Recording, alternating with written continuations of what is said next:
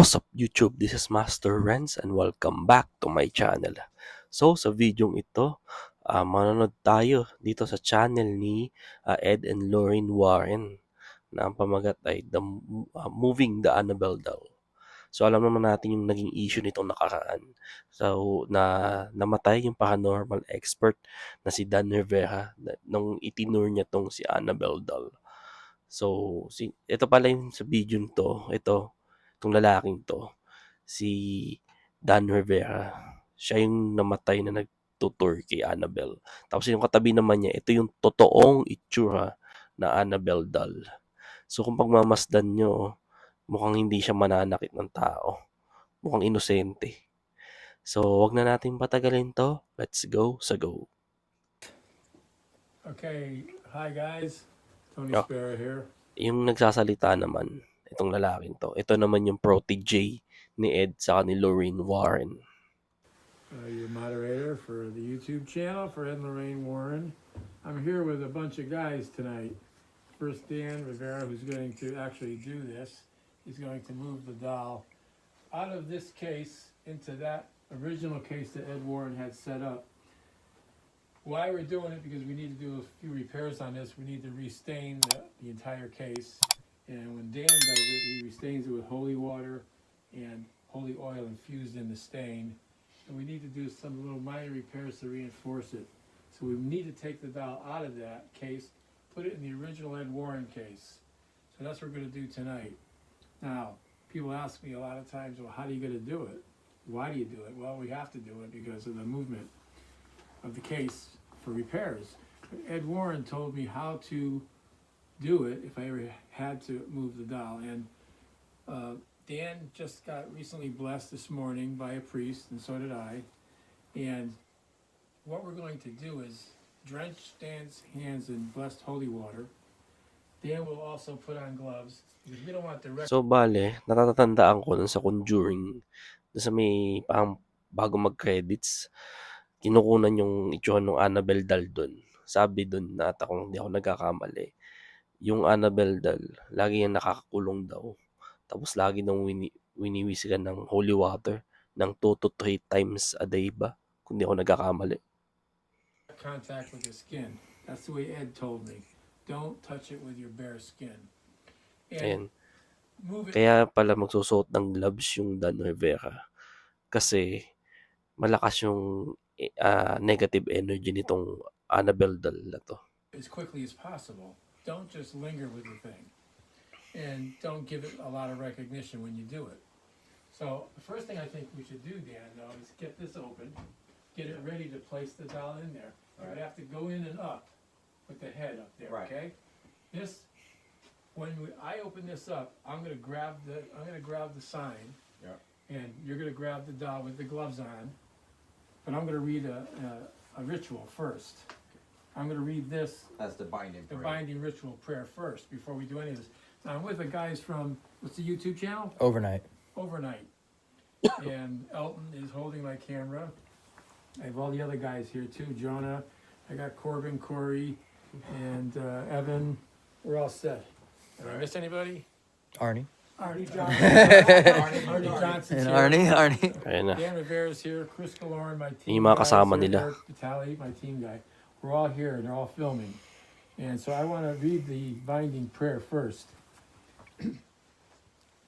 Spirit to spirit, in the name of Jesus Christ, with the authority Jesus Christ gave me as a Christian, and by the power of his precious blood, I bind any entity not of the Lord Jesus Christ, nor in worship to the Trinity, residing in, on, and around this property, or within any building on this property. I take authority over all human and non-human spirits, not of Jesus Christ, in the air, water, ground, below the ground, fire, ice, electricity, netherworld, and satanic forces in nature operating within this dwelling, building, and land.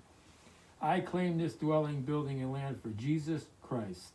You, as a dwelling, building, and land, belong to and must submit to Jesus Christ. In his name, I also bind all evil spirits, including communication and interaction, operating and residing within this place, and command you immediately to depart from here. In Jesus' holy name, I claim the blood of Jesus Christ over this place and after all spirits not in worship to the Trinity are gone. We seal all entrances with the blood of Jesus Christ and the seal of the Holy Spirit, and purify you in his precious name. All enemies and unwanted residents of Jesus Christ are forbidden to return. This is Nagdadasal sila. right here. Heavenly Father, mark not our sins but the faith of your church, and send your warrior angels to rebuke all forces of evil presently among us. Let them clear a path before us and link arms around this building and property to prevent all communication between the enemy and elsewhere. We ask this in Jesus Christ's name, not for our ego, reputation, or to impress any being. Rather, knowing our sinfulness, we offer this work for the glory of your name. Amen.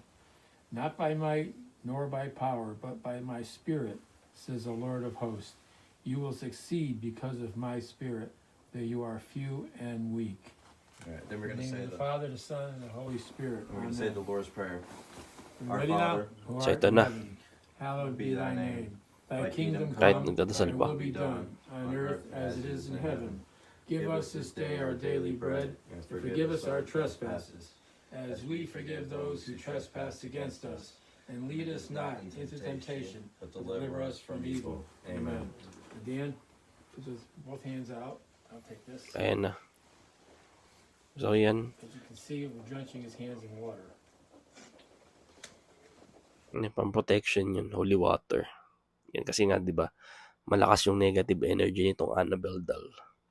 So, bukod sa winiwisikan lagi ng holy water daw yan, eh, kailangan, siguro, pang-protection dito kay Dan Rivera.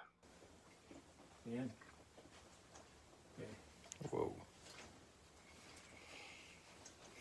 In the name of Jesus Christ, Lord, protect us from any evil, inhuman, or demonic entities that may surround this or infuse in this doll. In the name of the Father, the Son, and the Holy Spirit. Amen. I'm going to open up the case. You're going to quickly, Dan. I mean quick. Ay, Grab naku. it and put it in. Bilisan mo. Ayan. Kinuha niya. Naka-gloves siya. Tapos may basbas siya ng holy water. Ayan, dadalhin doon sa kabilang Just close it up lagayan. fast. Close it up quick. That's good, Dan. That's good. Kung naayusin. That's all right. In the name of the Father, Son, and the Holy Ghost. Hail Mary, full of grace, the Lord is with thee. Blessed art thou amongst women, and blessed is the fruit of thy womb, Jesus. Holy Mary, Mother of God, pray for us sinners, now and at the hour of our death. Amen. Dan? Let me see your hands again. Okay. And now she's transferred. One more time. Okay. Now she's transferred over. So dito napansin natin nga may mga ginawa silang mga process na ano man tawag nun, mga step by step 'yun. Para hindi nila ma-adapt yung negative energy nung Annabelle doll. So yun, nagsuot siya ng gloves, nagwisik ng holy water sa katawan. Ngayon, isa rin sa iniisip ko, baka kaya siguro na pumanaw tong paranormal expert na si Dan Rivera is baka hindi ko alam sa akin lang din, opinion ko lang. Baka hindi siguro, baka tingin ko yung tour na ginagawa niya, na ginawa nila. Kasi natatandaan ko sabi ni Lorraine Warren, hindi pwedeng, alam ko hindi ata pwede, isa yan sa mga hindi pwede galawin dyan sa museum nila, yung Annabelle doll na yan.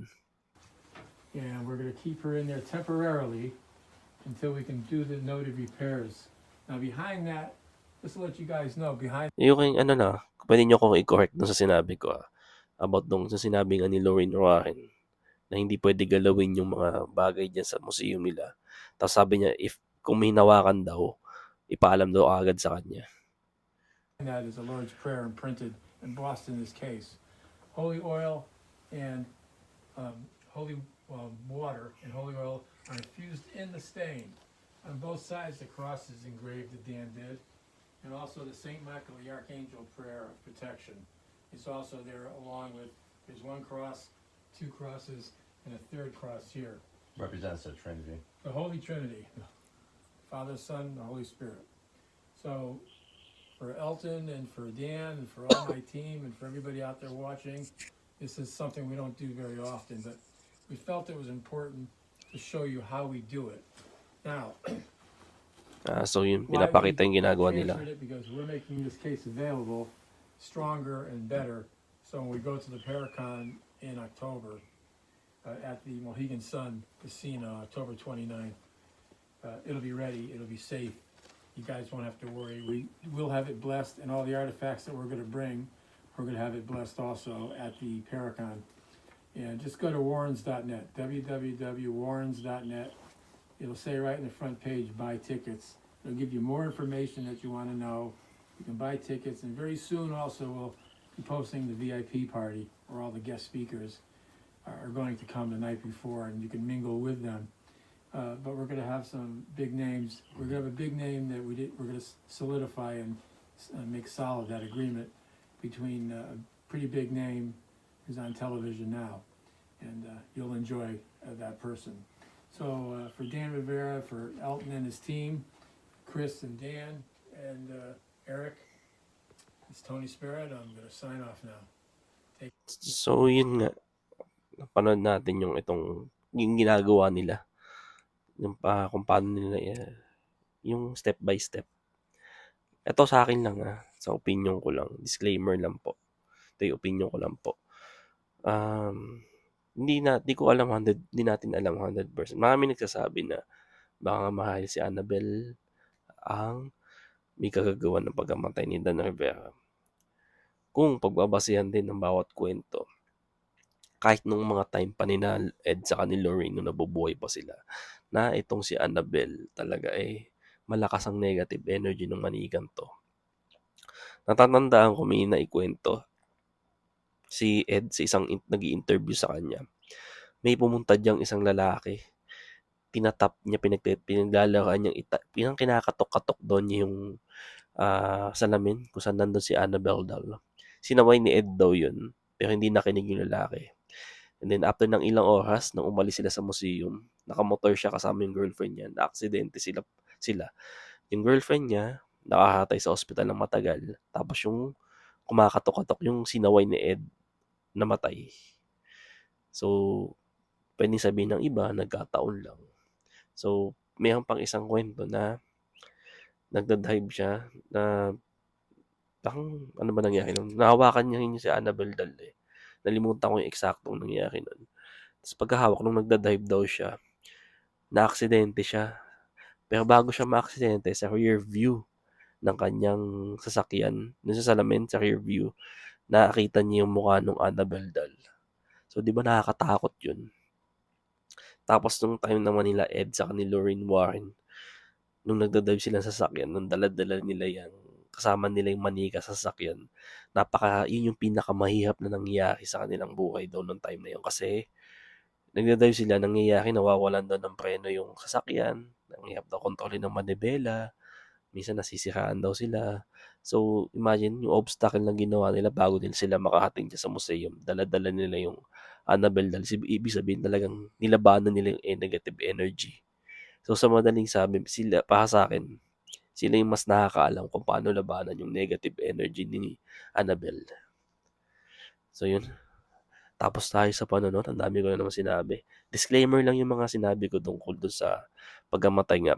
Kaya kung pagbabasehan natin nga, ang pinakamali lang napansin ko for me is bakit tinutor tong Annabelle Dal na to, na alam naman na may negative energy ito So yun, subscribe kayo dito sa website sa channel ng mag-asawang Ed and Lorraine Warren. Saka syempre, subscribe din kayo sa aking channel na Master Renz at pakiclick na rin ang bell button para lagi tayong magkasama sa panonood. Thank you so much po sa pagsama and ingat po kayo palagi.